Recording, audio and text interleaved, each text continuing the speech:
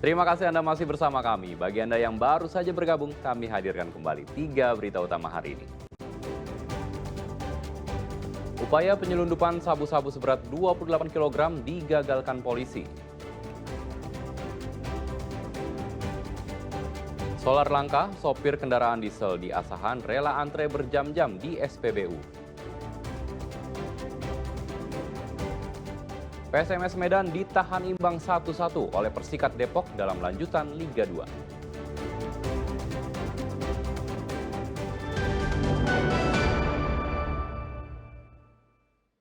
Tak terima ditegur, pengunjung hotel mengancam resepsionis menggunakan senjata tajam. Berbekal rekaman CCTV, korban melaporkan kejadian ini ke polisi. Inilah rekaman CCTV saat dua pria datang membawa senjata tajam dan mengancam resepsionis di sebuah hotel kota Medan. Peristiwa ini bermula dari persoalan sepele. Salah seorang pelaku yang sebelumnya menginap di hotel itu lupa mengembalikan kunci kamar ketika check out. Pelaku tak terima saat diminta resepsionis untuk mengambil kunci kamar yang tertinggal itu. Sempat berdebat dengan resepsionis, pelaku kemudian mengambil senjata tajam dari mobilnya. Resepsionis mengalami luka memar, terkena pukulan gagang senjata tajam. Itu dia pergi ke mobilnya, dia ambil sajam. Waktu dia ambil sajam, dia nyampe depan situ aja. Habis itu dia nggak berani lagi masuk. Tapi dia pulang bawa mobilnya, nggak tahu dari mana dijemputnya kawannya. Dia nyampe ke sini lagi, disitulah terjadi penyerangan yang ada di video itu. Berbekal rekaman CCTV, kasus ini sudah dilaporkan ke polisi.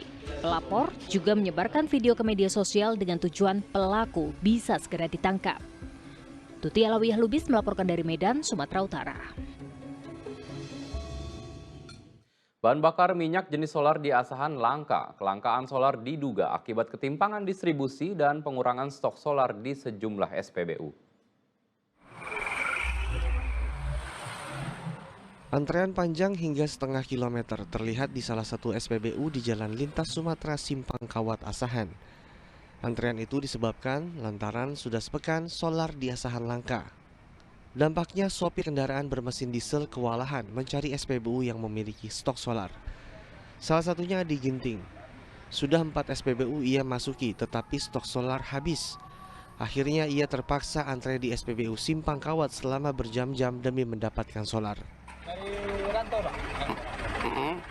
Rantau kemari berapa jam itu, Bang? 4 jam. Lebih 4 jam lah, 4 jam. Terus kenapa ngisinya di kisaran ini, Bang? Nah, karena kami tadi udah ada di sana. Setiap SPBU itu antrinya panjang. Ya. Nah, begitu mau giliran sekitar 10 menit lagi, minyak habis. Nah, minyak habis. Jadi sinilah baru dapat.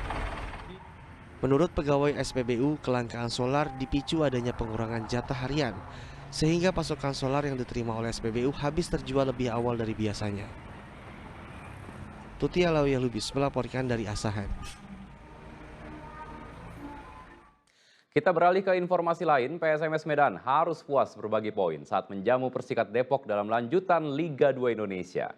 Hasil pertandingan PSMS berakhir imbang 1-1, memutus tren positif Ayam Kinantan saat bermain di kandang.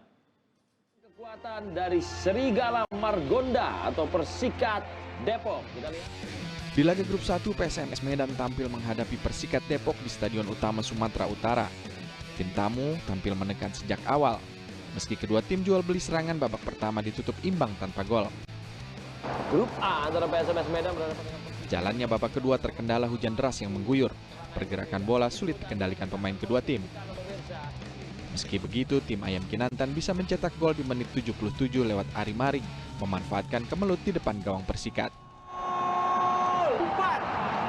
Oh, betul. Dan kita saksikan pemirsa, selebrasi. Hujan yang semakin deras membuat wasit sempat menghentikan sementara pertandingan di menit 80. Kemenangan PSMS Medan di depan mata sirna setelah pada injury time Enzo Celestin ciptakan gol penyeimbang. Niko dan shooting gol. Skor 1-1 bertahan hingga laga berakhir. Hasil ini menempatkan PSMS Medan di posisi kedua klasemen sementara dan Persikat Depok berada di posisi 6. Tim Liputan melaporkan. Ya, harapan timnas sepak bola Indonesia untuk lolos ke Piala Dunia 2026 pupus sudah. Di match terakhir ronde 4 kualifikasi Piala Dunia zona Asia, tim Garuda takluk dari Irak.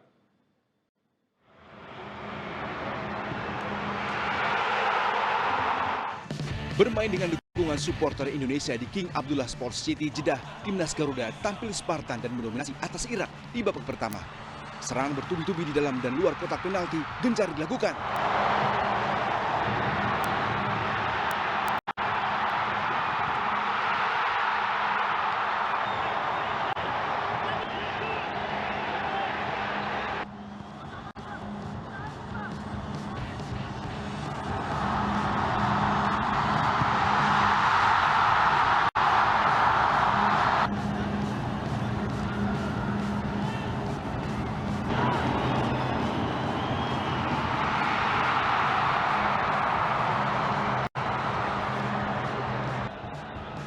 Sayangnya satu kelangan kecil membuat Indonesia kebobolan di babak kedua.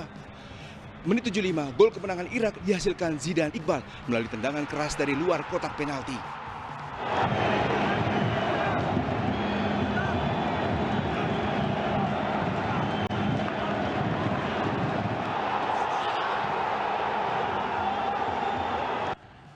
Pergantian pemain yang dilakukan pelatih Patrick Kluivert untuk menggedor pertahanan Irak belum juga berhasil.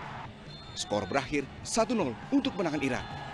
Dengan dua kekalahan di ronde 4 kualifikasi Piala Dunia zona Asia, langkah Indonesia dipastikan terhenti dan harus mengubur mimpi bermain di Piala Dunia 2026. Sesosok mayat pria tanpa identitas ditemukan di tebing sungai Lau Biang Karo. Saat ditemukan, kondisi jasad telah membusuk.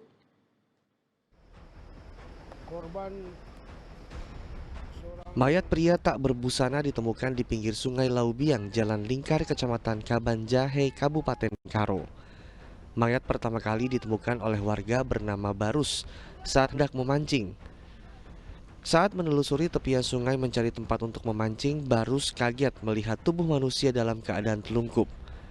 Penemuan mayat itu lalu dilaporkan kepada penjaga makam yang berada tak jauh dari lokasi. Awalnya saya lihat itu, saya sangka boneka-boneka yang dipajang-pajangkan itulah.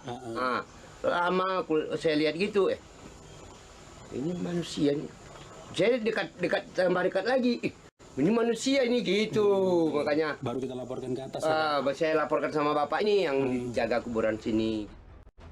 Warga meminta bantuan tim SAR evakuasi jasad korban karena tebing sungai curam. Jasad korban diikat dan ditarik menggunakan tandu dan tali. Polisi masih menyelidiki identitas serta penyebab kematian korban. Jasad korban dibawa ke Rumah Sakit Bayangkara untuk kepentingan penyelidikan. Tuti Alawiyah Lubis melaporkan dari Karo. Sebuah gubuk di kebun sawit di Kuala Selatan, Labuan Batu yang dijadikan tempat transaksi sabu-sabu digerebek polisi.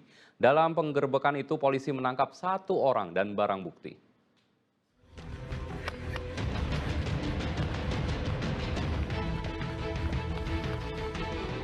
Satres Narkoba Polres Labuhan Batu mendatangi area perkebunan sawit di Desa Gunting Saga, Kuala Selatan yang disinyalir menjadi tempat jual beli sabu-sabu. Saat sampai di dalam perkebunan, polisi menemukan sebuah gubuk bambu yang dipergunakan untuk transaksi sekaligus tempat untuk mengonsumsi sabu-sabu. Di gubuk ini polisi menangkap 1 orang bernama Andre. Saat digeledah, polisi juga menemukan paket sabu-sabu siap edar sekaligus alat penghisapnya. Menurut pengakuan Andre, sabu-sabu itu didapat dari seseorang warga asal Gunting Saga. Sebenarnya ini pelaku sengaja membuat gubuk-gubuk yang dijadikan dari bambu, tepas, dan dijadikan sebagai tempat. Jadi para pembeli datang ke tempat tersebut, membeli dengan langsung membayar dan langsung menggunakan narkoba sabu di tempat tersebut. Polisi bongkar dan membakar gubuk ini agar tidak bisa lagi digunakan untuk tempat pesta narkoba. Tuti Alawiyah Lubis melaporkan dari Labuhan Batu.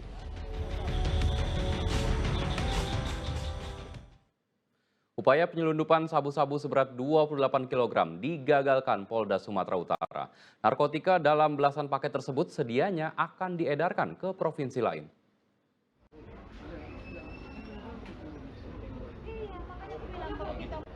Paket sabu-sabu dengan berat 28 kg dikemas dalam puluhan kantung plastik.